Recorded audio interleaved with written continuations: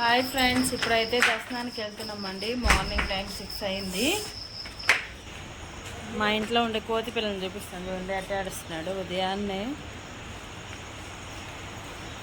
చూడండి ఎందుకు లోకమ్మ ఏడ్చేదా, పోగొట్లా దాచిపెట్టాడు. డమరకం తీసుకున్నాడు కదండి నిన్న, దాన్ని ఏం వాయిస్తున్నాడో ఆ గోలకి మా చింటమ్మ దాచిపెట్టేశాడు. ఇప్పుడు ఎందుకు గుడి దగ్గరికి కదా వెళ్తున్నాము అని చెప్పి ఇంకా దాచిపెట్టాడని ఏడుస్తూ ఉన్నాడు. మా వారైతే ముందు వెళ్ళిపోయారు టీ తాగడానికి. పొద్దున్నే చూడండి చాట్ బండారాలన్నీ క్లోజ్ చేస్తున్నాయన్నమాట. ఇంకొంచెంసేపు అయితే అన్ని సమోసాలేను. హాయ్ ఫ్రెండ్స్, ఈ వ్లాగ్ వచ్చేసి మొన్న దర్శనానికి వెళ్ళి వెనక్కి వచ్చేసాం కదండి, అక్కడ దాకా అయితే మీకు షేర్ చేశాను. ఇది మార్నింగ్ అనమాట. ఇంకా మార్నింగ్ పొద్దున్నే లేవగానే ఫ్రెష్ అయిపోయి ఇంకా పొద్దున్నే దర్శనానికి అయితే వెళ్తున్నామండి. అప్పటికే అన్ని షాపులన్నీ తీస్తున్నారనమాట. మనమైతే రూమ్ బ్రిడ్జ్ యువతలు తీసుకున్నామండి. ఇంకా అవతలకైతే దాటి వెళ్తున్నాం కదా. ఇంకా దారిలో అయితే ఇలా పూలు మారేడు దళం అయితే పెట్టి ఇస్తున్నారు. ఇంక మేమైతే తీసుకోలేదులేండి, అసలు దేవుడి దగ్గరే ఏమీ వేయనిట్లేదనమాట. ఇంకా మనం తీసుకొని కూడా అక్కడ పెట్టేసి రావడమేను. అందుకని మేమైతే ఏం తీసుకోలేదు. చూసారు కదా బ్రిడ్జ్ దగ్గర ఇలా మొత్తం స్తంభాలకి తేనెపట్లు అయితే పెట్టేసి ఉన్నాయి. ఇప్పుడిప్పుడే తెల్లారుతుంది అనమాట. సూర్యుడు చూడండి ఇప్పుడే బయటికి వస్తున్నారు. మేమైతే ఒక 10 రూపాయలు ఇచ్చి మారేడు దళాలు అయితే తీసుకున్నామండి, స్వామి తలపై అయితే పెట్టడానికి. అవి కూడా లోపల పెట్టనీయలేదండి. ఆ నీళ్లు పోసాం కదా, ఆ నీళ్లు ఒక్కటే స్వామి తల మీద పడ్డాయి. మిగతావన్నీ మనం అలా వేయడం, పూజారులు తీసి పక్కనేసేయడం అనమాట. టెంకాయలు అవేం కొట్టట్లేదండి ఇక్కడ. ఇవే పూలు మారేడు దళాలు పెడుతున్నారు. పొద్దున్నే కదా ఫ్రెష్గా అమ్ముతున్నారనమాట. ఇవి అంగళ్ళకి వేస్తుంది ఆమె. ఇంక మేము ఆమె దగ్గరే ఒక 10 రూపాయలు ఇచ్చి చాలా అయితే ఇచ్చింది. తలా రెండు రెమ్మలు అయితే తీసుకొని వెళ్ళామన్నమాట. వీడియో అయితే కంటిన్యూ అవుతూ ఉంటుంది ఫ్రెండ్స్. వీడియో నచ్చితే చిన్న లైక్ అయితే ఇచ్చేసి నా ఛానల్ని అయితే సబ్స్క్రైబ్ చేసుకోండి. ఇంక మేమైతే గుడి లోపలికి వెళ్ళామండి.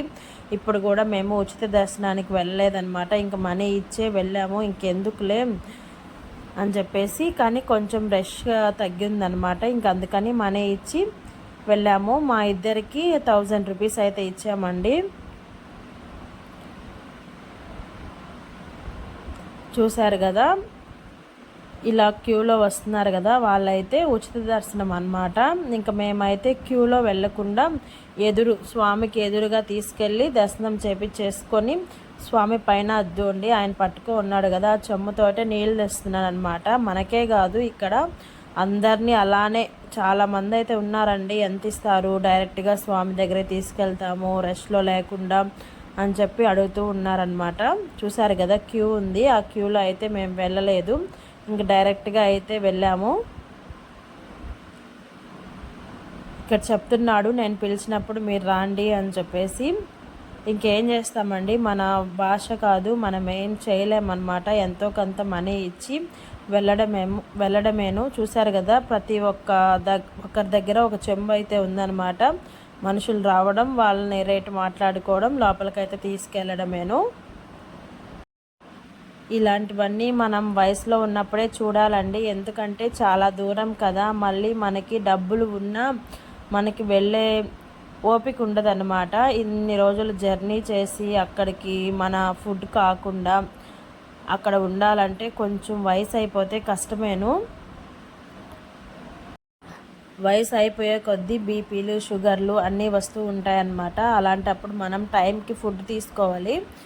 ఇలాంటి దగ్గరలోకి వచ్చి మనం టైంకి ఫుడ్ లేక మన ఫుడ్ అస్సలు దొరకట్లేదు అనమాట. ఎక్కడ పట్టినా సమోసాలు, ఏమంటారు అటుకుల మిక్చర్ అండి, బొరుగుల మిక్చర్ కూడా కాదు, అటుకుల మిక్చర్ అనమాట. అవే దొరుకుతున్నాయి తప్ప అన్నం అనే మాట ఎక్కడా లేదు.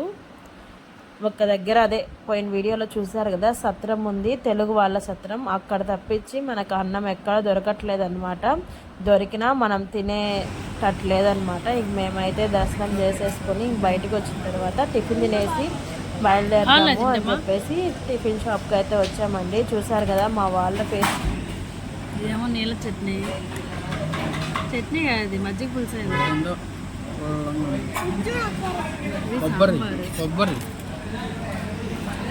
ఇదొక పల్సాటి దోశ.